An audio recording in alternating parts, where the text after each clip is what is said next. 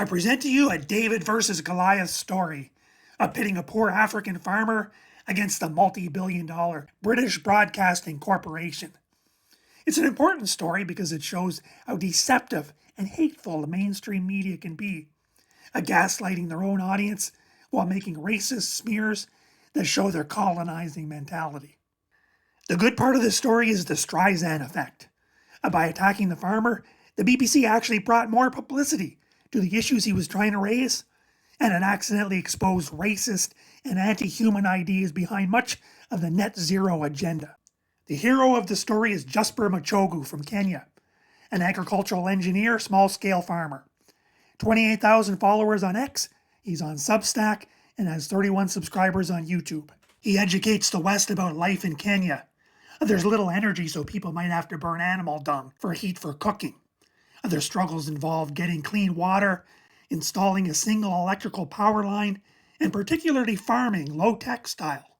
Jusper offers a sustainable internship program for people willing to learn how farming is done without fossil fuels, and has invited staunch net zero activists like Greta Thunberg to try their hand. But they usually block them. Not a lot of takers as it's tough physical labor. Here's a typical tweet. An average African consumes less electricity than an American refrigerator. In a month, my family of 6 consumes 14 kilowatt hours, compared to 45 for the fridge or 1,200 for the American. Africa has 17% of world population, but consumes 5% of world electricity. He has a wish list: a chemical fertilizer so his mom can stop the backbreaking job of spreading manure on the farm, a tap water and a refrigerator for mom, a tractor and labor-saving farm machines, reliable energy for Africa so they can add value to products. I want my people to have what the West has: prosperity. Sure, he and mom work hard, they should have all the good things that we do. Even if you worry about climate change, you'd have to be a psychopathic racist to think we have a right to these things while Africans don't. In the age of equity, equality, and Black lives are awesome, surely nobody disagrees with Jusper Machugo. Wrong! The BBC hates his guts. How a Kenyan farmer became a champion of climate change denial. They hate him so much they unleashed their climate change disinformation reporter to denounce Jusper and call him a liar. The story is perfectly described in the cartoon. A tractor and fertilizer would help. What? Africans want fossil fuels? No effing way! Gonna take you down! The photo lacks context, as the article doesn't explain Jusper's sign. A BBC wants you to believe the man in the t-shirt is just a dumb African who scribbled nonsense on a used cardboard box. But he's not dumb, nor is the message. We drink oil as a metaphor, meaning oil is as important to modern society as drinking water is to life. Our food is produced by FF-made machines, that's fossil fuels, made with steel and plastics, powered by fossil fuels. Bill Gates in his book on climate says that 31% of man-made carbon emissions are from making raw materials. The most emissions come from producing cement, steel, and plastic, while aluminum, glass, and paper are also significant. Gates says to produce 1 ton of steel, you need to emit 1.8 tons of carbon dioxide. And plastic, which is made from fossil fuels, makes up 50% of the volume of car parts. So tractors and farm machinery? Fact check, true. And number 2, fertilizers are made from fossil fuels? True, natural gas. And 50% of world population is fed by fertilizers. Also true. When Sri Lanka banned chemical fertilizers to lower emissions, crop yields dropped by 50 to 60%. So Jusper makes perfect sense. The text starts off with an offensive smear. Silva could use the term climate skeptic, but climate change denier has the connotation of Holocaust denier. He wants you to associate Jusper with the atrocities of the Nazis. It is Mr. Machugo's denial of man-made climate change that has helped supercharge his online profile. Another lie with no evidence. But the farming content does get the clicks. People applaud his desire to raise the standard of living in his own community and Africa as a whole. Since he began posting debunked theories, he has received thousands of dollars in donations, some of which come from individuals in Western countries linked to fossil fuel interests. Those countries being Canada and the US, where there is oil drilling, and people pay money to oil companies every 2 weeks when they fill up the gas tank. They send a few bucks to help a hard-working family man who might never afford a car. And those donations only total $9,000. Hardly the big conspiracy a BBC wants you to believe. Scientists have proven that the Earth is heating up because of greenhouse gases. A complete lie. There's no such thing as settled science. It's a theory, not proven, and it's hotly debated. The recent documentary Climate the Movie, Cold Truth, interviews over a dozen scientists that dispute the climate catastrophe narrative. Physics and meteorology professors, geologists, astrophysicists. There's NYU professor Stephen Koonin, a former top Obama science advisor who wrote the bestseller Unsettled. Will Happer, a retired Princeton professor who was science advisor to 3 presidents, and John Clauser, 2022 Nobel Prize winner for physics. So you can see through the BBC's sleaze. They want to stir up hatred towards climate skeptics. But instead of debating respected experts like a Nobel winner, they find a poor African farmer, a scapegoat, falsely accuse him of being the champion of the cause, then try to knock him down like a straw man. But they use personal attacks, since they have no moral or logical reason why his mum shouldn't have a fridge and the electricity to run it. Marco Silva has some issue with Jusper doing his own research into the topic, as if it's dangerous for a black man to read or think for himself. And note the quotation marks for own research. It's a subtle clue to the reader not to trust him. Like if I called Marco Silva a journalist. A warmer climate is good for life, Mr. Machugo wrongly claimed in a tweet. Wrongly? Here's the colonizer mentality. Marco Silva believes he can decide what Jusper's opinion should be. I'll think for you, boy. I'm from Canada, so I agree with Jusper that a warmer climate is good for life. I suspect most Brits would agree. I meet enough of them at Caribbean resorts in the winter. We're all trying to avoid the miserable cold. The British Broadcasting Corporation is hypocritical to criticize Jusper about fossil fuels. Britain launched the Industrial Revolution by burning dirty coal, exploited fossil fuels in its colonies, made a fortune on North Sea oil and gas, and now has per capita carbon emissions 20 times the level of Kenya. A celebrated Brit is Sir Richard Branson, founder of Virgin Airlines, and now with Virgin Galactic, promising space travel to tourists who don't care about their carbon footprint. Britain's most outspoken climate guru is King Charles, who lives in this palace with no wind turbines on the lawn. He's famous for going to climate conferences in private jets, and once flew a helicopter to give a speech about lowering aircraft emissions, when he could have driven. And while the BBC want you to believe Jusper's tweets are harmful to the planet, consider his carbon footprint.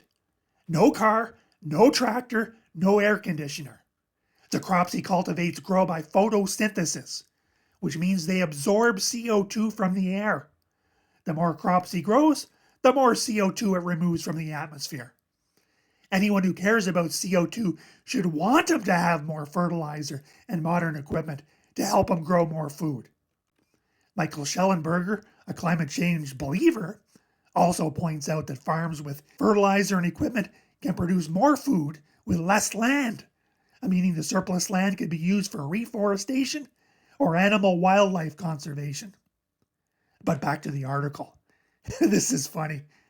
Machugo had 25,000 followers on X when the article was written, 28,000 2 weeks later. So he gained 3,000 followers after people saw through the BBC's lies. The BBC's investigation uncovered this shocking fact that most users engaging with Jusper are actually based in the US, UK, and Canada. Jusper's posts are written in English, So no surprise to me his followers are from English-speaking countries. Actually, his fiercest critics are also from the US, UK, and Canada. Many of those users also promote conspiracy theories online, not just about climate change, but about vaccines, COVID-19, or the war in Ukraine. This is an attempt at guilt by association.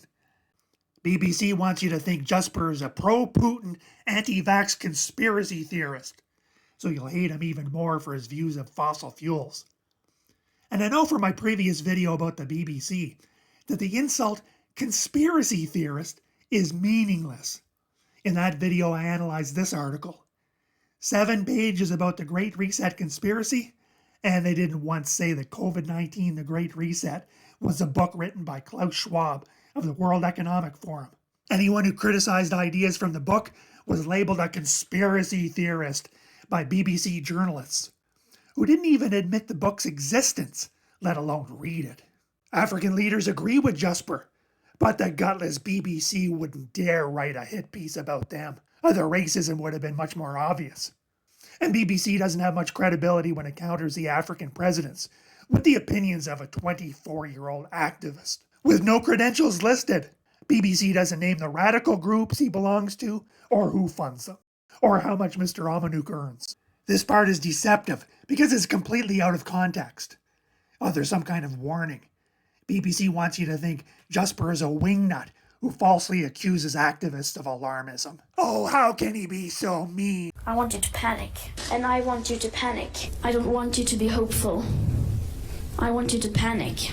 Jusper was responding to Greta Thunberg's tweet, which was deleted. No problem, I have a screenshot. A top climate scientist is warning that climate change will wipe out all of humanity unless we stop using fossil fuels over the next 5 years. Dated June 2018. Greta makes ridiculous disaster tales, but the BBC labels her critics as conspiracy theorists spreading disinformation. Then Marco Silva implies again that Jusper was bought off by big oil. And that's funny because this story came out that Bill Gates, who owns businesses that profit from the climate change fears, paid the BBC $3.7 million. So maybe it's the BBC's climate reporting that's tainted. Oh, and here's a hypertext link so you could hear the smears you just read. They also smeared Jusper on X and Facebook. And the article ends by mentioning low climate literacy rates in Africa and conspiracy theories. So it's basically saying that the Africans are too misinformed to decide their own future. What a shameful piece of racist drivel. There was a backlash against the BBC. The Daily Skeptic debunked them in its story, "Why is BBC Verify smearing a Kenyan subsistence farmer?" And Thai Thuy Van Din sandblasted the BBC and Marco Silva in her Brownstone Institute piece.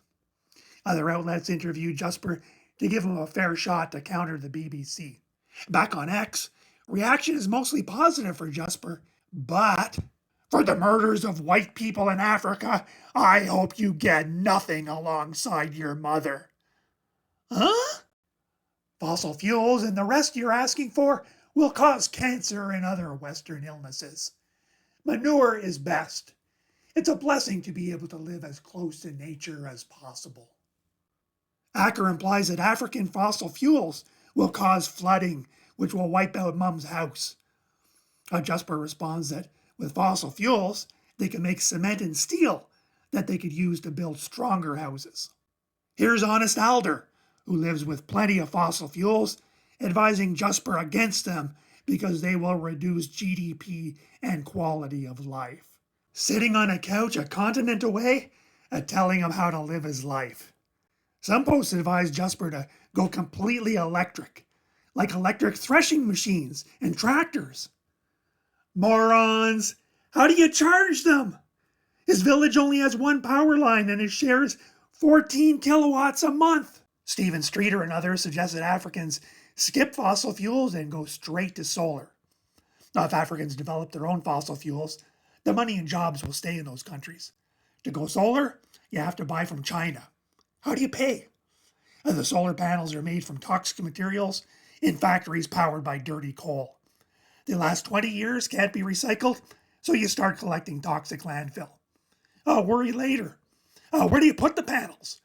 You chop down forests, but those trees were already absorbing CO2. Put them in farmland and people starve. Maybe cover the Serengeti. Solve that animal fart problem. And you'll need massive amounts of land, because all of your industries will run on electricity, and you'll charge all of your vehicles. So you'll need a grid about 3 times the output of Western grids. Do all that, and you still won't even be able to turn on a light bulb at night. But the tragedy is that powerful people agree with Streeter. Rich countries have huge foreign aid budgets. There are UN development funds, World Bank, IMF, but none will finance African fossil fuels. They want the jump to solar. No money for reliable energy, but massive funding for abortion and birth control. Africans don't need energy if you could stop them from ever being born. Countries could develop their own fuels, but the UN and Western governments are pressuring them to toe the line in net zero. Bill Gates advises governments not to deal with such countries and take the approach, if you want to deal with us, you'll have to take climate change seriously. In stakeholder capitalism, World Economic Forum founder Klaus Schwab lamented that as wages in Ethiopia rose from 50 cents a day to $2, CO2 emissions tripled. Ethiopians still traveled by donkey and had little electricity, but Schwab still blamed them for future climate change. The same force that helps people escape from poverty and lead a decent life is the one that's destroying the livability of the planet for future generations. Even worse, climate guru Bill Gates wrote about meeting a family of 5 in Kenya, living in a mud hut, farming a plot of land smaller than a baseball field. They start with 1 cow, and when they get 3 more, they sell off surplus milk to earn $4 a day, which creates a big problem for Gates. But if you remember the problems with cattle that I mentioned in chapter 6, you'll recognize the dilemma right away. The Talams bought more cattle, and cattle contribute more to climate change than any other livestock. OMG! The guy with 4 private jets has a problem with the guy with 4 cows. Climate change, hypocrisy, and racism. For another video on BBC Lies, check out Fake News Propaganda Masterclass. And please follow Jusper Machugo on X and Substack.